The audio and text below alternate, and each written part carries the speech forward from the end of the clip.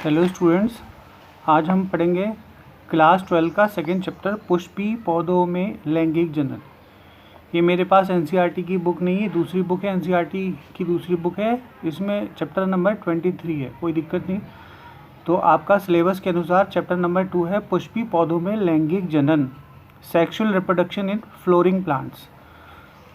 जनन समझ लेते हैं। जनन क्या है? अपने समान जब कोई जीव, जंतु हो या पौधा, जब अपने समान संतानोत्पत्ति करने की क्षमता रखता है तो उस प्रोडक्टिविटी या उस एक्टिविटी को जनन कहते हैं, रिप्रोडक्शन कहते हैं। लैंगिक जनन जिसमें दो अलग अलग युग्मक, विपरीत युग्मक का होना अति आवश्यक है। चलिए बच्चों, आज पढ़ते हैं पुष्पी पौधों में लैंगिक जनन। चैप्टर शुरू करते हैं। विज्ञान की वह शाखा जिसमें हम जीवों के लैंगिक जनन तथा उससे संबंधित सभी घटनाओं का अध्ययन करते हैं, भ्रूण विज्ञान अथवा भ्रूणिकी, एम्ब्रियोलॉजी कहलाती है। जिसमें कोई भ्रूण बनता है या किसी बीज का विकास होता है उसे भ्रूणिकी कहते हैं, एम्ब्रियोलॉजी।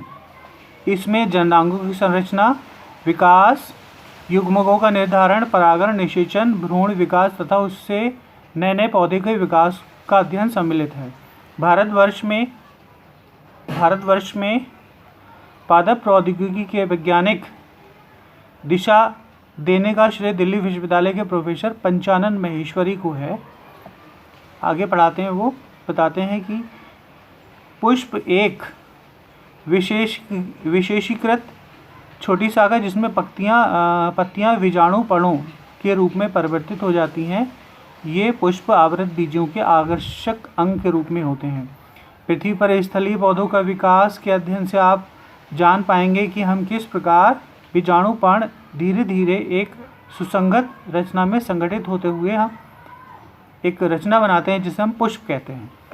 पुष्प जो है पौधे का एक संयुक्त रूप से नर व मादा जनन अंग होता है। इसके फलस्वरूप ही फल बनता है, फल के अंदर बीज बनता है। ठीक है। पुष्प मुख्यतः लैंगिक जनन की संरचना के रूप में कार्य करते हैं। लैंगिक जनन सुनिश्चित करते हैं कि आवृतबीजी पौधों के विभिन्न समूह में पुष्प अनेक प्रकार के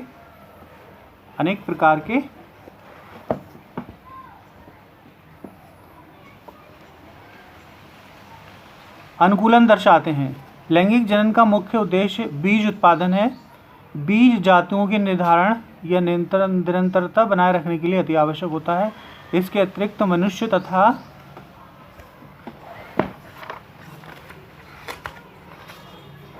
अन्य अनेक प्राणी पुष्प एवं बीजों का उपयोग भोजन के रूप में भी करते हैं। बच्चों, सबसे ज़्यादा जो चीज़ हम खाते हैं वो होती है बीज। तो मनुष्यों से या जीवों से कहीं अधिक जो जनन क्षमता है वो पौधों की होती है, क्योंकि हम सबसे ज़्यादा बीज खाते हैं। पहचानिए, सबसे ज़्यादा हम खाते हैं अनाज, और अनाज में चावल और गेहूँ को पीसा जाए तो वो आटा और चावल का रूप ले लेता है। तो सबसे ज़्यादा हम क्या खाते हैं? बीज खाते हैं। ठीक है। दाल सब्जियां खाते हैं, दालें खाते हैं, तो उसमें सब हम बीज ही तो होते हैं। गेहूँ के बीज ही होते हैं, चावल के बीज ही तो होते हैं, जो अनाज के रूप में हम सबसे ज़्यादा उपयोग करते हैं। तो अनेक बीजों का उपयोग करते हैं, भोजन के रूप में करते हैं। तथ्य पौधों के प्राणियों के बीच संबंधों की घनिष्ठता को भी दर्शाता है। पुष्प आभूषणात्मक, सौंदर्यपरक तथा दृष्टिगत रूप से भी महत्वपूर्ण है। हिंदुओं के सभी धार्मिक अनुष्ठानों में इनका प्रयोग देवी देवताओं के पूजन के लिए किया जाता है। पुष्पों के आकर्षक रंग व सुगंध मानव की मनस्थिति व व्यक्ति को व्यक्त करने के लिए प्रयोग किए जाते हैं। पुष्प कवियों के प्रेरणा के स्रोत भी होते हैं और सुगंधित रंगों मसालों में भी इनका प्रयोग किया जाता है। अब तो अभी तो हमने पढ़ा कि पुष्पों की महत्ता क्या है। अब उसके हम अंगों की संरचना देख लेते हैं। तो इस तरह से एक पुष्प की संरचना आप बच्चों आपके सामने है। आपके सामने ये पुष्प की संरचना है। किसी भी तरह का पुष्प हो सकता है। सपोज सरसों का पुष्प हो सकता है, ये सरसों पौधे का पुष्प हो सकता है। तो उसकी अनुदैर्ध्य काट का मतलब होता है खड़ी काट। लॉन्गिट्यूडिनल सेक्शन, दो सेक्शन होते हैं। एक तो इस तरह से बैठी काट, तो वो अनुप्रस्थ काट होती है, उसे ट्रांसवर्स सेक्शन कहते हैं। दूसरी होती है एलएस या लॉन्गिट्यूडिनल अनुदैर्ध्य गांठ। इसमें यहाँ पे पुष्पासन दिखाया है, पुष्प का आसन जिस पर पुष्प के जनन भाग लगे रहते हैं। दो भागों में बटा होता है कोई भी पुष्प, या सिंगल भी हो सकते हैं, एकल भी हो सकते हैं, उभयलिंगी भी हो सकते हैं।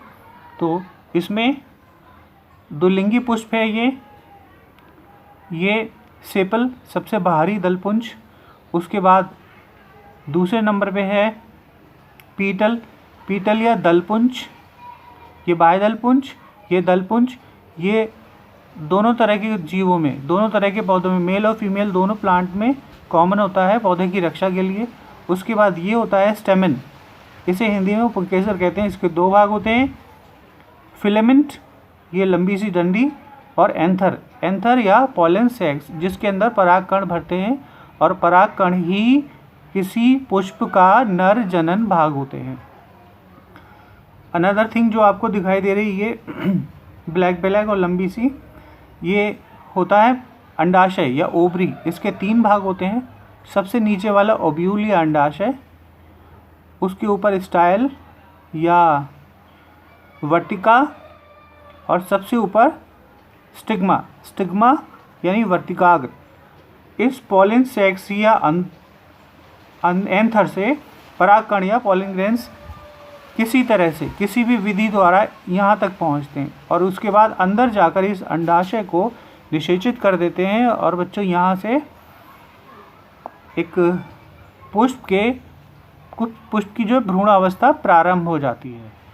फल बनने की प्रक्रिया और बीज बनने की प्रक्रिया यहाँ से प्रारंभ हो जाती है। तो बच्चों आज आपने पढ़ा पुष्प के अंग, जिसमें पुष्पासन दूसरे नंबर पे था, जो दोनों नर पुष्प और मादा पुष्प दोनों में कॉमन था, वो था वायुदलपुंज, दलपुंज।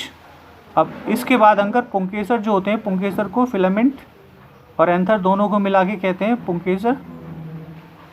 ये नर भाग होते हैं, इनकी संख्या प्रत्येक पुष्प में निश्चित होती है। दूसरे नंबर पे जो मादा जनन भाग होता है, जिसे जीन्योसियन या स्त्री केसर कहते हैं, या अंडाशय कहते हैं, या मादा जनन भाग कहते हैं, वो 3 भागों में बटा रहता है। नंबर 1 ओवरी या अंडाशय, नंबर 2 स्टाइल या वर्तिका, और नंबर 3 स्टिग्मा या वर्तिकाग्र। पॉलन ग्रेन्स एंथर या पॉलन ट्यूब से होते हुए स्टिग्मा या वर्तिकाग्र पर पहुंचते हैं, और इस तरह से एक पुष्प को निषेचित कर देते हैं। तो बेटा आपके समझ में आया होगा शायद। मैं आगे और बढ़ाऊंगा। इसके साथ जो इस चैप्टर की सॉल्यूशन की PDF है वो अटैच है, आप उसे देखकर होमवर्क कर लीजिएगा, सारे क्वेश्चंस नोट कर लीजिएगा। एक टर्न और होगा इसका।